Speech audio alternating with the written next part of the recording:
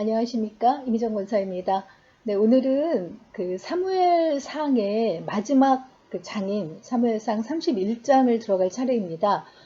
지난 시간에 아말렉이 시글락에 쳐들어와서 다윗과 그의 그 부하들의 가족들을 다 납치해가고 재물들을 탈취해 갔는데 그것을 되찾아오고 그 전리품을 나누는 이야기를 읽었어요. 그런데 이제 사무엘상의 마지막 이야기는 그동안 다윗을 쫓아다니면서 다윗이 이렇게 도피 생활을 할 수밖에 없게 만들었던 사울 왕의 그 마지막 죽음의 이야기가 그려져 있습니다. 사울 왕은 평생토록 블레셋과 전쟁을 치러 왔었고 그 때문에 많은 장수들을 거느리고 그 블레셋과의 전쟁에서 이기기도 하고 지기도 하고 하면서 그 평생을 지내왔는데 그의 왕위에 올랐던 시절이 다 블레셋과의 전쟁으로 이렇게 점철되어 있는 것을 알 수 있는데 결국은 블레셋과의 전쟁에서 최후를 맞게 되는 그런 이야기가 그려져 있습니다. 앞에서 말씀드린 것처럼 이제 31장은 그 블레셋군과 이스라엘 사람들의 그 전쟁으로 다시 돌아오게 되는데요. 사무엘상 28장에서 말씀드렸던 것처럼 블레셋군은 수넴 쪽에 진을 쳤고 이스라엘군은 이 길보아산 이스라엘 쪽에 진을 쳤다고 말씀을 드렸어요. 그래서 그 시글락에 있던 다윗까지 불러가지고 이 그 블레셋의 군사들이 아벡으로 일단 집결을 했는데 블레셋이 총력을 기울여서 이 싸움에 임했다는 것은 다윗의 용병들까지 전부 거느리고 가려고 했다는 걸 봐도 알 수 있어요. 그런데 블레셋의 방백들의 반대에 부딪혀서 다윗은 다시 시글락으로 돌아가게 되죠. 그리고 나머지 블레셋 군사들이 이제 수넴으로 합세를 해서 길보아 산으로 쫓겨가는 이스라엘 사람들을 이렇게 아주 무찔러서 많은 사람들이 길보아 산에서 엎드러져 죽었다라고 기록을 하고 있습니다. 그래서 그날에 그 사울과 그의 아들들까지 추격해서 결국은 사울과 세 아들이 죽게 되는데 여기 그 이름들이 나오죠. 사울의 맏아들인 요나단, 다윗과 우정을 나눴던 요나단과 또 아비나답과 말기수와 세 아들이 사울과 함께 그날 전쟁에서 죽임을 당했다고 기록을 하고 있어요. 이 아들들 세 아들은 사울이 아히노암이라는 정실 처에게서 얻은 아들들인데 이렇게 세 아들이 죽고 나서 에스발이라는 이거는 이제 역대상에서 나온 이름인데 에스발이라는 아들 하나만 남게 되는데 이게 나중에 이제 사무엘 하에 이스보셋이라고 등장하게 되는 같은 인물입니다. 그러니까 에스발, 이스보셋 같은 이름이에요. 나중에 사울의 뒤를 이어서 왕으로 등극하게 되는 인물이죠. 이 에스발 말고는 세 아들이 그날 전쟁터에서 같이 죽게 된 거예요. 사울 왕은 화살을 맞았어요. 블레셋이 쏜 화살을 맞아가지고 중상을 입어서 더 이상 할 수 없는 그런 상황에 놓이게 되죠. 그래서 자신의 무기를 든 자에게 너무 고통이 심하니까 나를 찔러 달라고 그리고 중상 입은 사울을 블레셋 사람들이 발견하면 조롱거리가 되지 않도록 나를 죽여달라 이렇게 하는데 무기 든 자가 두려워서 사울을 죽이지 못합니다. 그러자 사울이 자기의 칼 위에 엎드러져 가지고 스스로 목숨을 끊게 되죠.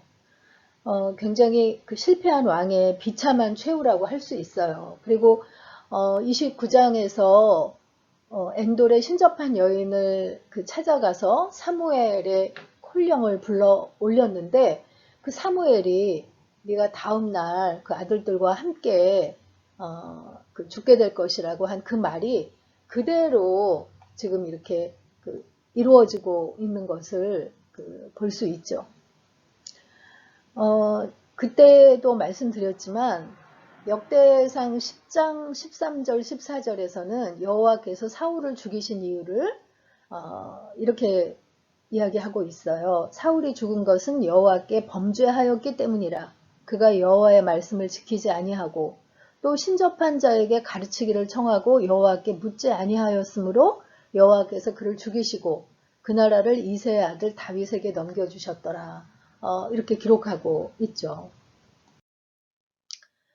사울과 그의 아들들이 죽었다라는 그 소리를 듣고 나서 그 골짜기 저쪽에 있는 이스라엘 사람들이라고 기록을 하고 있는데 그거는 여기 지금 이스라엘 이쪽에서 사울과 그 아들들이 죽은 거잖아요. 이스라엘 이쪽이 요 기송강으로부터 흘러내려오는 그 강이 흐르는 큰 골짜기였어요. 근데 골짜기 저편 쪽이라고 하니까 이게 스불론, 이사갈, 납달리 지역의 사람들을 말합니다. 그리고 요단 건너 쪽에 있는 자들, 여기 동쪽 므낫세 지역에 있는 그 사람들을 말하겠죠.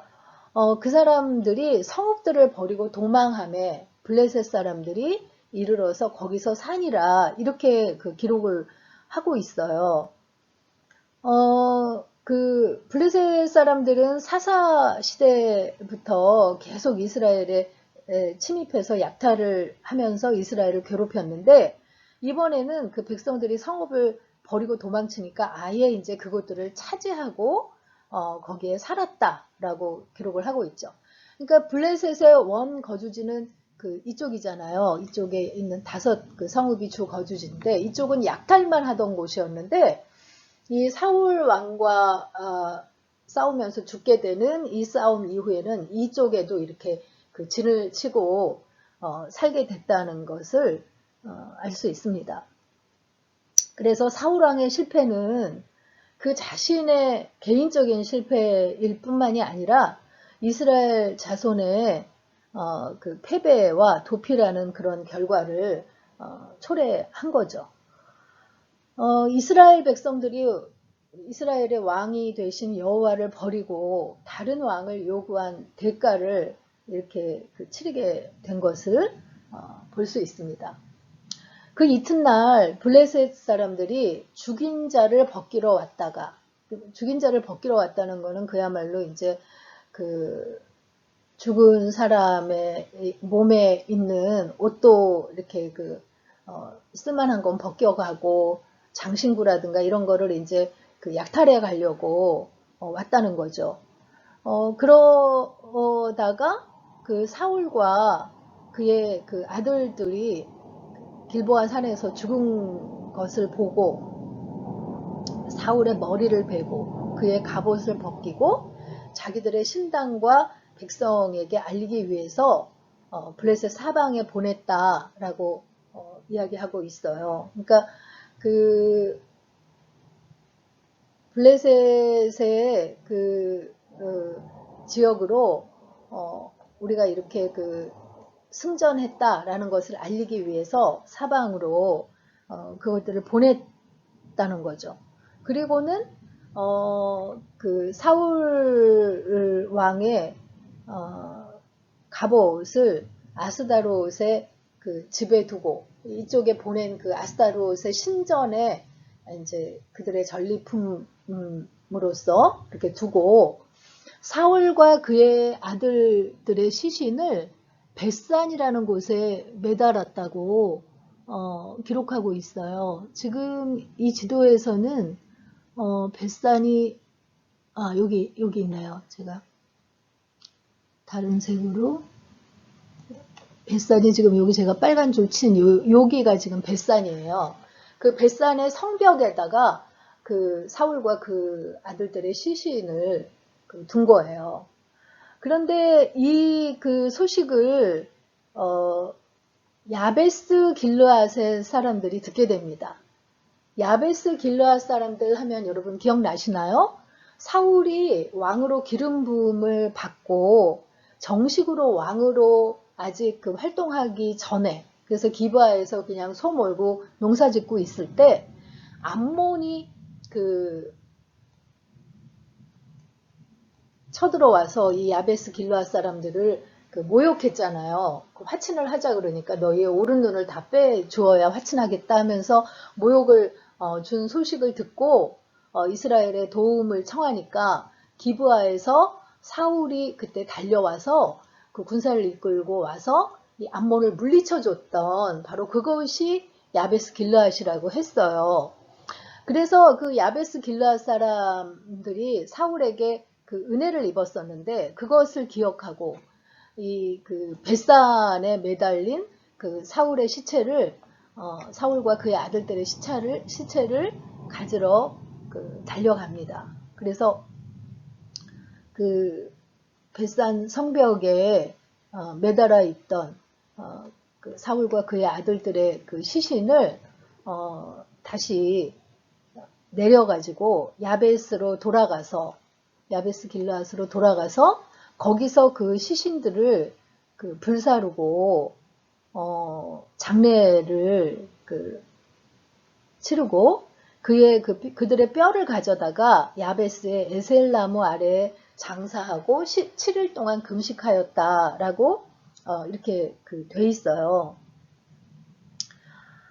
그런데 그들의 그 시체를 불사르고 뼈를 매장한 그 화장을 한 장례법은 이스라엘에서는 흔치 않은 장례법이에요.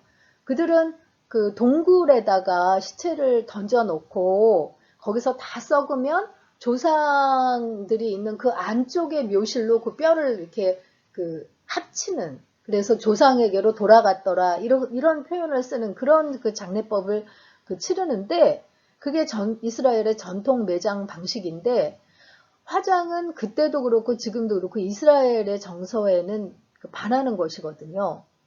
그런데 이 사울과 그의 아들들의 시신이 너무나 훼손됐기 때문에 이렇게 화장을 하지 않았을까 그렇게 해석하는 이야기가 있습니다. 그래서 사울 가문이 이렇게 몰락하게 되는 것으로 사무엘 하의 마지막 장을 끝마치고 있습니다.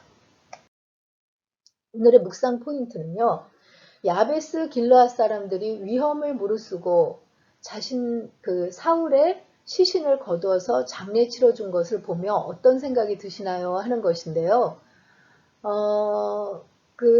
아직 블레셋이 완전히 물러간 때가 아니잖아요. 오히려 그 근처에 진을 치고 살았다고 했는데, 그러니까 야베스 길르앗 사람들에게도 위험한 그런 행동이었죠. 그런데도 달려가서 사울의 시신을 거둬서 장례 치러준 거는 그야말로 은혜를 잊지 않고 이렇게 갚으려는 그들의 그런 어떤